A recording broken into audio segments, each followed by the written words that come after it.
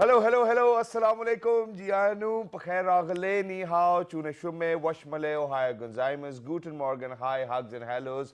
Hola, bonjour, privyet, and thank you very much for tuning into PT World. You were watching World this morning alongside Maha Makhdoom and the very late Shazad Khan. Hello, Maha, how are you? Hello, Shazad. Assalamu alaikum, everyone. Shazad, you've changed the pattern of your hellos. Like, that rhythm isn't there anymore. There's repetition now. And it's because of the fact that, You forgot privyet, guten tag, yeah. like all these. No, but it's because of the fact that I do not want to stay with the same tempo because, you know, then you get habitual and then you're not open to newer ideas. So that's why, you know, I want to change it. You know, some days there, you know, when I say hi, hugs and hellos before Privyet, Hola or Bonjour. But then there are other days where I say hi, hugs and hellos after Privyet, Bonjour. Okay, yeah, it throws me off. But anyway, so why are you late? Like, why are you not feeling good? Okay, that's a very interesting question. And I think my father might be right in front of the television right now. So what happened? So my mother wakes me up at 7:30. She did. I woke up. But I slept again. Oh, no, that's a problem. And then he sends my nephew upstairs at 8:30, and I just woke up. So okay, excellent. I'm glad you made it because we have a very important... What about you? I'm good, and then we have a very important show today. So let's get started with the top stories because we have a lot to cover today. Let's do it.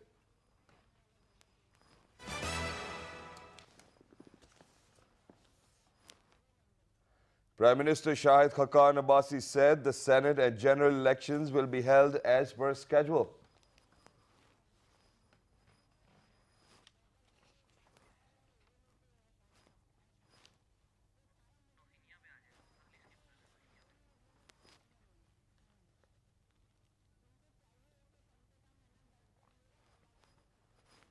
Nations have pledged $445 million to care for Myanmar's Rohingya refugees in Bangladesh. The United Nations said it is an encouraging step in the response to the intensifying crisis.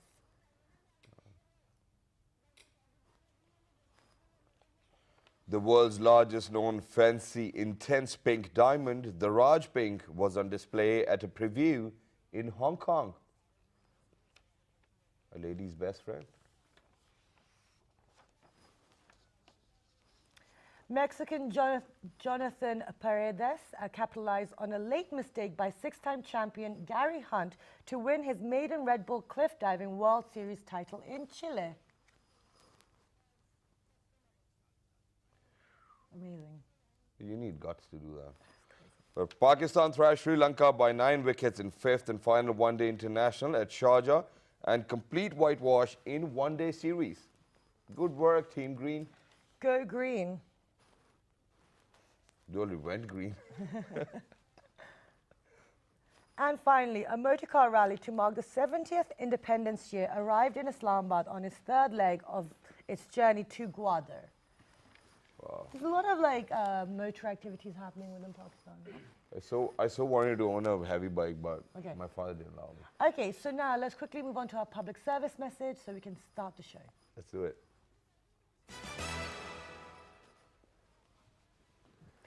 And our public service message is we're going to keep repeating ourselves until we start seeing these behaviors in society. But health is wealth, not to be cheesy, but it's very important that we look after ourselves and we go for our regular checkups. The weather's changing. It doesn't matter which part of the world you're in. Every 6 months or at least a year, you should go and get a full body blood test, everything, because you don't know what's happening, because there's stresses in life, there's things that you're eating. So it's best to be aware, and prevention is better than cure. Exactly, and I think this is in line with what we're going to talk about today, ladies and gentlemen. Today is a day where I think Pakistanis, Nepalis, and Afghanis need to probably focus more on what we are doing or what our actions are probably telling us to do because of the fact that it is World Polio Day today. I'm sorry, just to correct you, it's not Nepalese, it's Nigerian. Okay, Nigerian, thank you very much for saying that because I just read the word N. Yes. I was in a bit of a hurry. But I think that what we need to do is that we need to focus on where we went wrong and what we have to do. Okay, no, and also not just about focusing where we went wrong, it's seeing how like we got to that stage, but what are the steps that's being taken to make sure that it's being eradicated? Because the situation has gotten better. Despite what you've been hearing in the media, a few years ago we had over 300 cases. Last year there was 20 cases. And in 2017, in November, there's only been 5 reported cases of polio. So something is being done. The health workers out there are working. And we need to also celebrate them as well, because by constantly criticizing, you are also demoting the people within your nation who are trying to make things better. Exactly, and we're almost there, ladies and gentlemen. Yeah, I think what we need to do is that we need to stand up with the community as well. We need to promote, we need to say things which matter to us. Exactly, and the theme this year is frontline health workers, Syed Muhafiz. That means the guardians of your health, and is paying tribute to the frontline health workers braving all hurdles.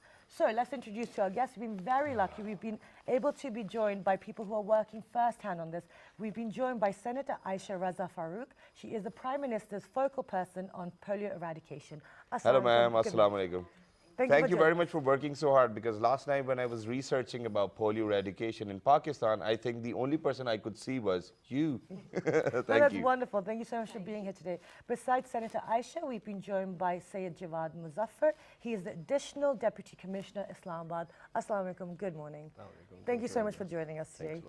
Besides Syed Jawad Muzaffar, we've been joined by Dr. Mohsin Hasan. He is a child specialist at Ayesha Children's Hospital, Islamabad. And a very smiley face. Yes, thank you very much knowledgeable as well. Yeah, thank you very much for joining us. Okay. It is great to have you guys. So now, before we indulge in any conversation, I think what we need to do is that we need to share a clip with you guys. So just go ahead, take a look at this, and then when you guys are going to come back, we'll definitely talk about where are we in terms of polio eradication. Good morning.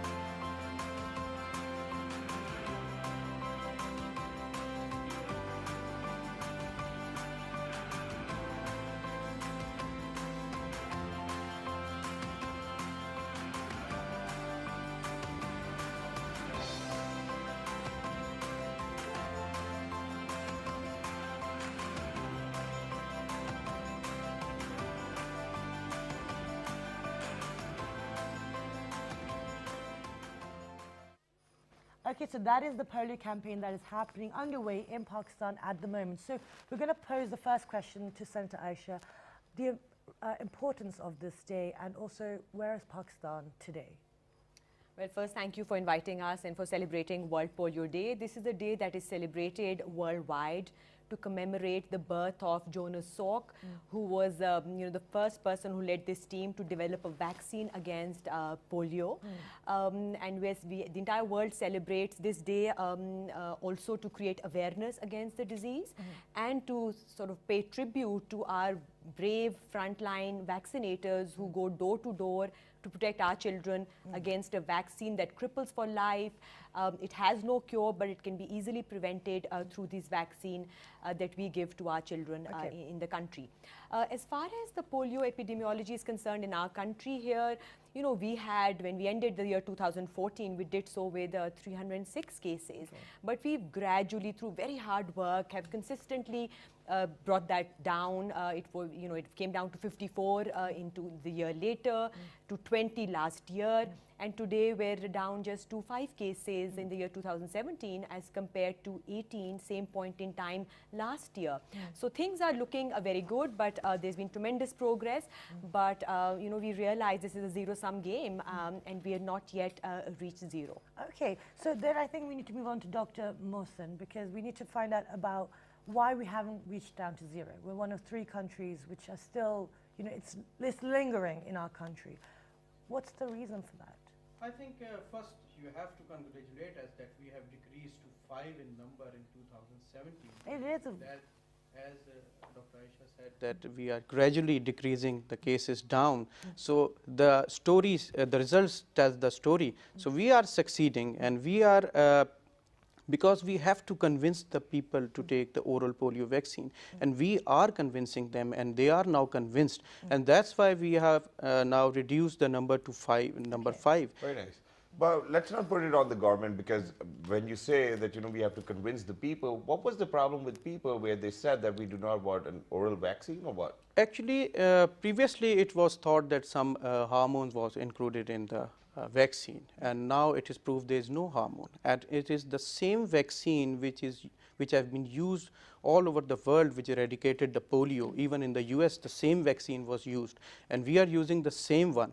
And this vaccine is available all over Pakistan, and it is imported only by the government of Pakistan, making full protocols, full SOPs, in a proper cold chain, and they imported to Pakistan. Even in private sector, we are getting them from government. Okay. But is it hard to convince all of those people within the rural areas as well? Yes, yes, it is hard. But now, as the government is doing utmost, and Dr. Ayesha, she is taking a personal interest, and the administration, what they are doing now, they are taking on board our religious scholars, and now even the Imam Kaaba has given the fatwa that it is totally halal, and they are using renowned doctors for this, convincing the people, and the influential local people.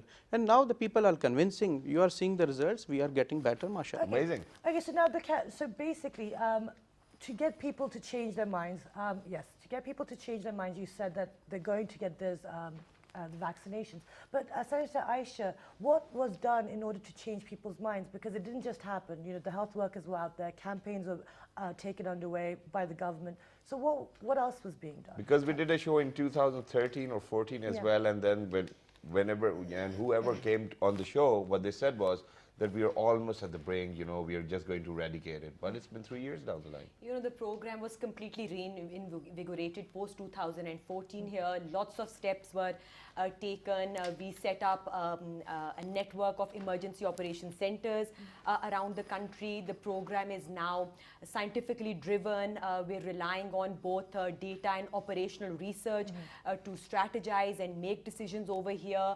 You've spoken about, how we changed perceptions out there.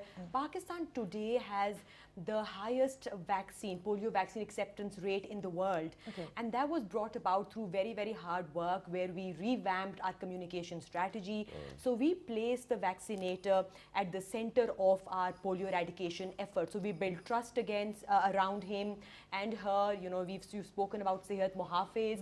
So, very recently we've started a campaign which says, I too am a guardian of health, which sort of is trying to elicit community ownership here, creating peer pressure. So telling people, each one of us sitting here and in the community is responsible for our children's health. We've also, so the communication strategy was changed over here. Okay. And I think the bottom line here really was a committed political government, starting from the Prime Minister, who's leading the effort, providing personal oversight over here, and the same level of commitment then trickles down at the provincial level to chief ministers and chief secretaries and to our DCs and commissioners, and we have our ADC right here. Yes. And I think it is their personal leadership here at the grassroots level in implementing the campaigns, which helps us in sort of better coverage every time. Wonderful, Exactly, and leads perfect yeah, into the but next before we move on to our ADC, there's one more thing which I wanted to ask, and that was that, do you think that we might have procrastinated because of the terrorism within the state, which was earlier existent? Security was certainly an issue back in 2013 when the country witnessed the highest number of cases ever in its polio eradication history. But thanks to our law enforcement agencies who've supported us throughout, they paid the ultimate sacrifice with lives over here. But today the program has consistent access to all children everywhere. Our polio vaccinators operate in a climate of, free from fear or threats, anything. So I do think that that's helped us, quite so let's move on to Jawad Sahab over here. So we are paying rich tribute to Syed Muhafiz, and I think when everybody is going door to door, it's pretty much your job to look after them as well. Was it difficult back in 2013, and how do you think is the scene now? Well, certainly, as Madam has also pointed out, that we have improved a lot, and I believe this is because of the coordination and the implementation part, and the administration is all the time involved in it. And if we look today, you can see that we have the international organizations, the partners who are cooperating and who are supervising this, and they can also tell very effectively that the program on ground has now improved a lot. Okay. And as Madam has said that, yes, we had security issues as well. Other than this, we have to see this, that the locality we are in, we have continuous immigrants coming from across, and this also becomes one of the factor that Pakistan today has a little cases right That's a now, very although we are interesting doing a point. lot. Okay, now this is a very interesting point because I think within the media as well, we've seen a lot of misconceptions, a lot of myths being thrown out there. I mean, even abroad, you're having all these immunization, you know, autism and paralysis, and like you said, hormones are being put in. Senator Ayesha, how important do you think it is that when a country is going through a crisis like that, it's very important to make sure that the media, I mean, I'm not asking them to be biased or project lies or propaganda, but how important is it to be balanced in order to make sure that a developing country can actually make its road to development? Exactly. I think the role of the media here cannot be overemphasized, really. It is very important. You know, today you have electronic media in every home out there. And the media has helped us quite a bit in the recent past in sort of overcoming the misconceptions that revolved around the polio program, the vaccine itself. As Dr. Saab has just shared with us, this is the same vaccine that was used by all Islamic countries out there to interrupt and eradicate polio transmission. And that is something that we continuously reinforce. And it is through your programs, the media out there, that we've tried to create this trust around our vaccinator. And, you know, through our operational research, through research that was done that helped us show that there is a huge acceptance for the vaccine. People are willing to get their children protected against polio. So yes, the media has a very, very responsible role to play here. Okay. But initially it was because of the media that people actually were forced to believe that there was infertility within the vaccines, which obviously does not exist, and now people really relate to that as well. Yes. But how did you overcome that? It was very difficult, and then all of those media houses projecting that in the first place, now they're saying the Even other now, thing. I mean, we know it's not true, but you're like, well, Because you my never daughter know. has been actually drinking all of those drops whenever the Syed Muhafiz came to our house. Oh, okay. But there were people within the rural areas where they thought that, you know, there might be something wrong with the vaccine.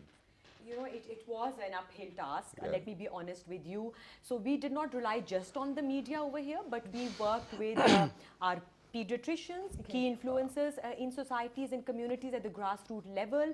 We engaged with them, whether it was religious scholars, whether it was, you know, ulama, there were khatibs out there, tribal elders in our northern areas. So we engaged all of them. We also work with more than 2,000 social mobilizers who work in our high-risk areas. We've recently embarked upon a strategy of community-based vaccinators. These are primarily females who belong to the same community. People trust them to what they say. So that strategy has helped us overcome all the misconceptions that you're referring to over here. And on a lighter note, if you look at the population growth rate in our country, you know, I mean, if we were to look at the numbers there, it doesn't make sense. You know, we've been vaccinating our children with the same vaccine since 1988. So, I mean, if there were anything... And I think what we point. can do is that we can probably move on to Dr. Saab over here to tell us about the vaccine a little bit more, you know, so that, you know, there are no cases within 2017. Why we will look forward to 2018? Actually, as there is a myth that in people that if they have taken injectable polio vaccine, they are not getting oral polio. They have not be need of any oral polio vaccine. This is wrong. The injectable polio vaccine only saves the child.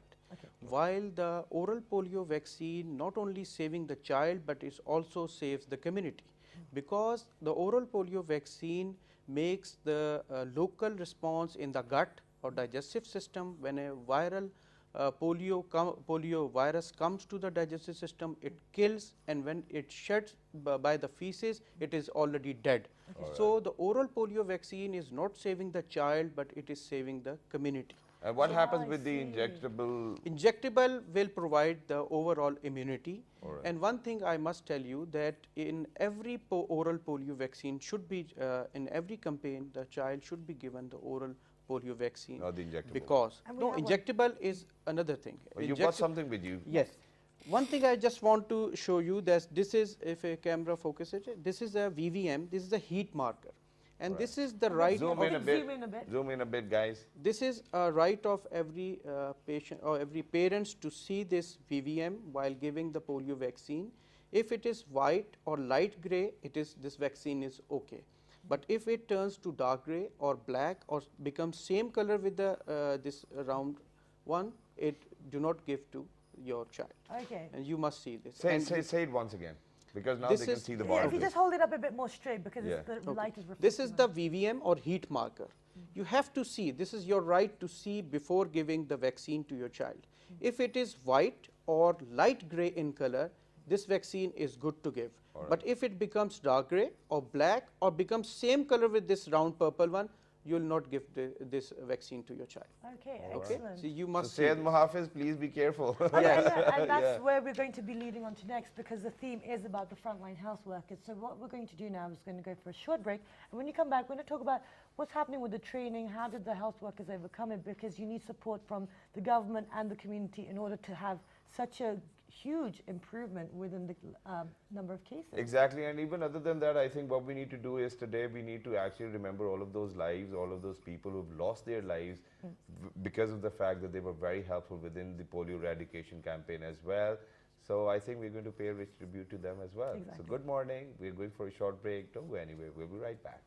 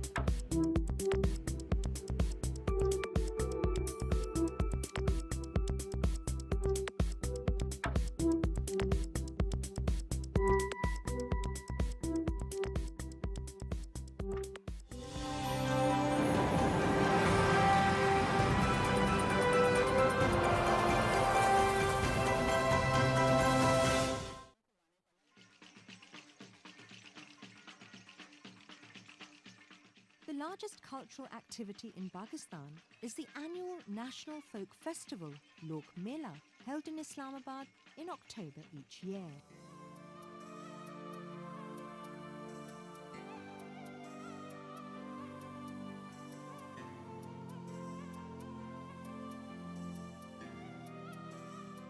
Over the past 2 decades, this festival has taken on an international flavour, and more than 20 different countries have sent their artisans and performers to participate in the festival. Nationally, the festival has become a thing of pride for artisans and performers who come on their own to participate.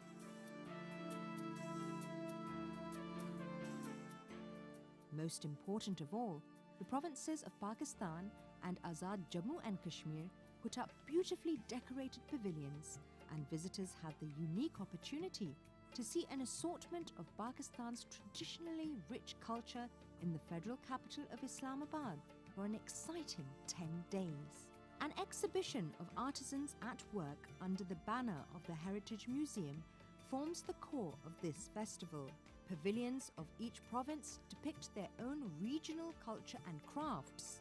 The Research and Media Centre of Lok Virsa arranges groups of dancers that perform all over the festival grounds, inviting visitors to join in, and in the evening arranges music concerts from all parts of Pakistan. This festival is a true depiction of the diversity found in Pakistani culture. Fairs and Festivals of Pakistan.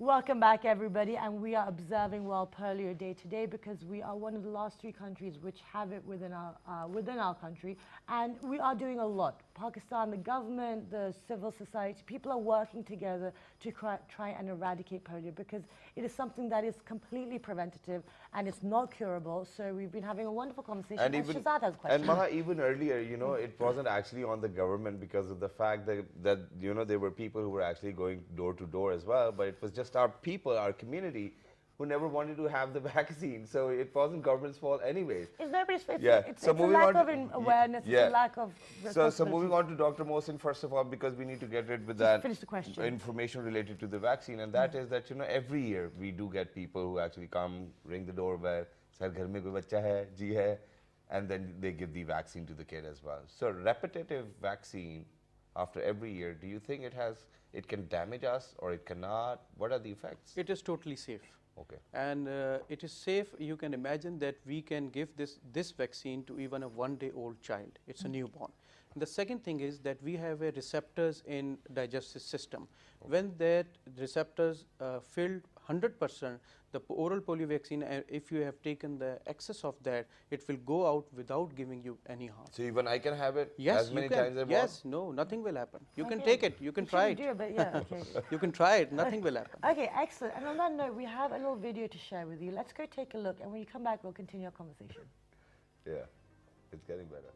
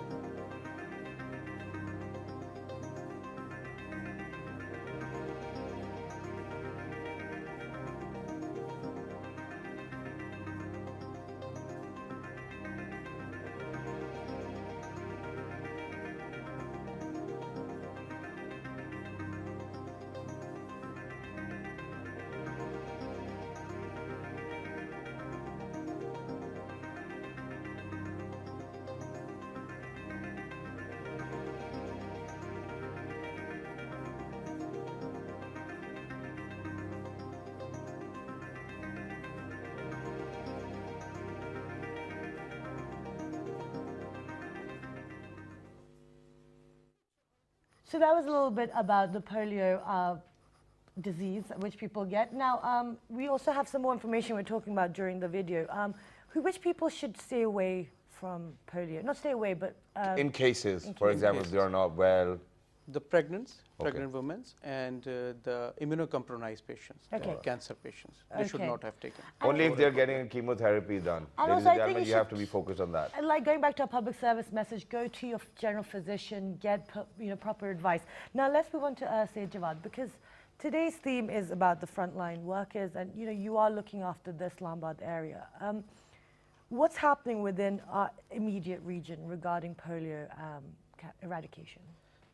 Well, first of all, we organize the training programs along with these international organizations. Okay. And other than this, for strategic work, we have identified high-risk areas. And while if we talk about Islamabad and Pindi, they are considered as one block. And we have most high-risk areas on the border areas. But the good thing is that since 3 months, we have taken the sample from the high-risk areas, and they are coming negative.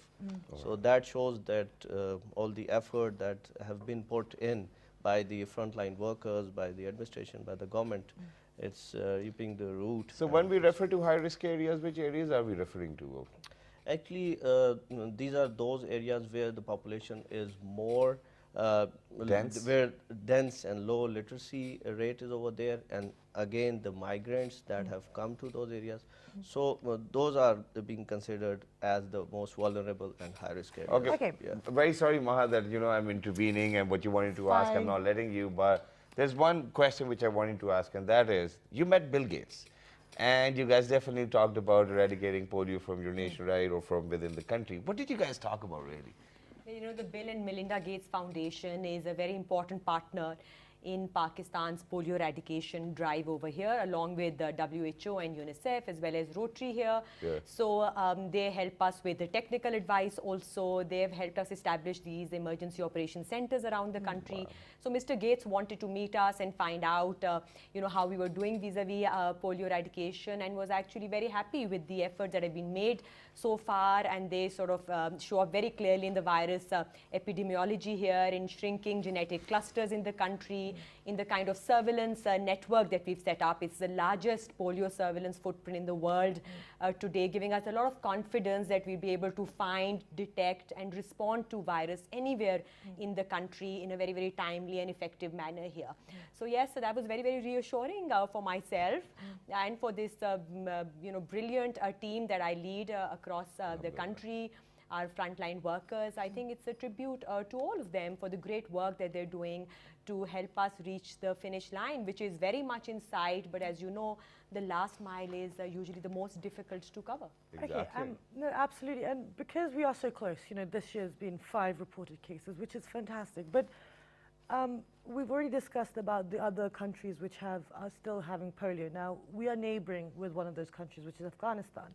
How does that affect, the migration? It's not that anyone's placing blame, but how does that affect our efforts to eradicate it from this country? Pakistan and Afghanistan are one single epidemiological block as far as the polio virus is concerned. Okay. We share a long porous border with Afghanistan. There are thousands of people moving across every day. So, and we call this the high-risk mobile population. Not only are people crossing across this international border, but at any given point in time in our country, there's hundreds and thousands of people on the move for various reasons. There are seasonal nomadic movements taking place. People move for economic reasons. There's seasonal labor on the move and so forth. So as far as movement of, to and fro between Afghanistan and Pakistan is concerned, we are coordinating very closely with them. So we're synchronizing our campaigns. At the same time, we're sharing information. We've just recently developed with Afghanistan a joint program for Southern Corridor, which is Southern Afghanistan and our Quetta block, which is a high-risk polio reservoir area for Pakistan. And then we're vaccinating people who are moving across, children at the age of, below the age of 10 years also, whereas the target population within the country is 5 years and below, but there we've raised it to 10 years to make sure that no one carries the virus across the country. So yes, I think we all understand, and so do our technical advisors who guide the program, international experts here, that if Pakistan alone cannot eradicate polio from the region, both countries have to do so simultaneously. So it's very important for us to engage and coordinate very closely with them. As far as population on the move within the country is concerned, there are two different strategies we follow. We need to be very sure that children do not miss their vaccination during such movement over here. So the first part of the strategy is that our teams on the ground ensure that families who are moving, their new abode is registered so that they're included in the upcoming campaigns. Then the second part strategy is that we've set up these permanent vaccination points at borders, provincial borders, district borders, at gatherings, railway station, bus stations. So such people on the move are vaccinated while they're on the move over there.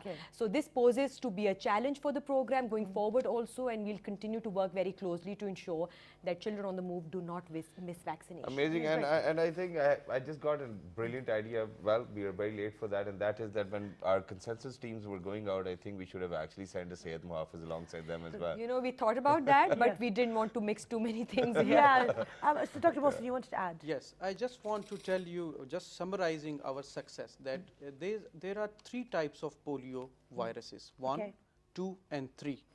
And Alhamdulillah, Pakistan has get rid of type 2 in 1999, type 3 in 2012, only type 1 is remaining. Inshallah, in 2018, we will get rid of it. Inshallah. And one last thing, and that is from Senator Ayesha, obviously. So, since 2015, well, you have been a senator. Before that, you were a member of National Assembly. How do you think the leadership responds to that? You know, polio eradication is one area that enjoys broad political and popular support in the country. It's our national imperative, really. And whether it was our ex-Prime Minister, Mia Muhammad Nawaz Sharif, or our Prime Minister, Syed Abbasi, they're both, they're very, very committed to the cause. Polio eradication has been declared a national health emergency. I'm wearing 2 hats. One of, I'm representing my party. The other is of a Prime Minister's focal person on polio here. But I think we've, one success factor here has been keeping the program apolitical. You know, health is a devolved subject, and really the success of the program lies in ensuring that teams on the ground, our provincial teams, district teams own the program, that they ensure this properly implemented to give us the levels of coverage that we require to build the kinds of immunity to make it a success out there. And I think Alhamdulillah, just as we've seen the kind of everyone coming together for security and law and order in the country, we see the same kind of commitment for polio eradication also. Amazing. And going back in time, I might not be there in the world then, but this is when I was doing my research, so I read about it, and that was that, when it was in Pakistan, that there was a disease known as smallpox.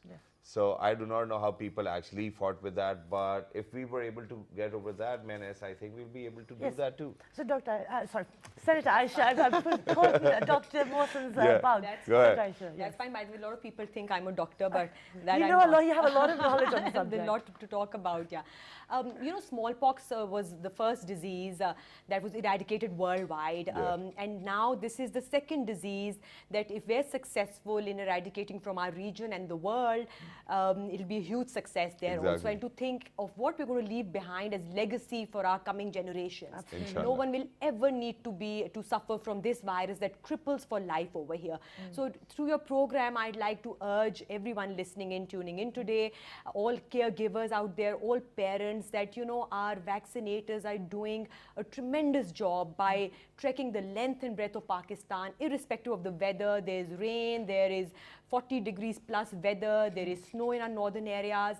Please give them the due respect that they deserve when they knock at your door. Please bring your children below 5 years of age to the doorstep. Ensure that they are vaccinated every time in every polio drive out there. Till there's polio virus in the country, none of the children out there are safe. And let's give our Syed Muhafiz a big round of applause as well. You guys are the certainly. heroes. Literally, you guys are the heroes. Absolutely. Thank you very much for joining us. It was lovely to be in conversation with all of you, and we'll definitely have you next year as well. Yes, and hopefully telling us how it's all gone. With zero polio. With zero cases. But thank you so much for joining us. A very important subject. And, you know, we hope we were able to give you guys some more information. We certainly learned a lot as well. And, you know, it's very easy to criticize, but, you know, there's a lot of hurdles. There's a lot of, you know, day-to-day struggles here. So whoever is trying to make this society and community better, we need to support them. And we need to also celebrate them. Exactly. That's what it is, ladies and gentlemen. If you have any more thing to ask, what you can do is that you can probably write to us on our Facebook fan page, which is with the name of Well This Morning. On Twitter. Well This Morning without a G. On Daily Motion and YouTube. Well This Morning. And this fabulous repeat's going to be at 11 p.m., 11:05 p.m. this evening. Have a wonderful day, and we will see you bright and early tomorrow. Till the next time, 1, 2, 3. Good morning. Thank you very much.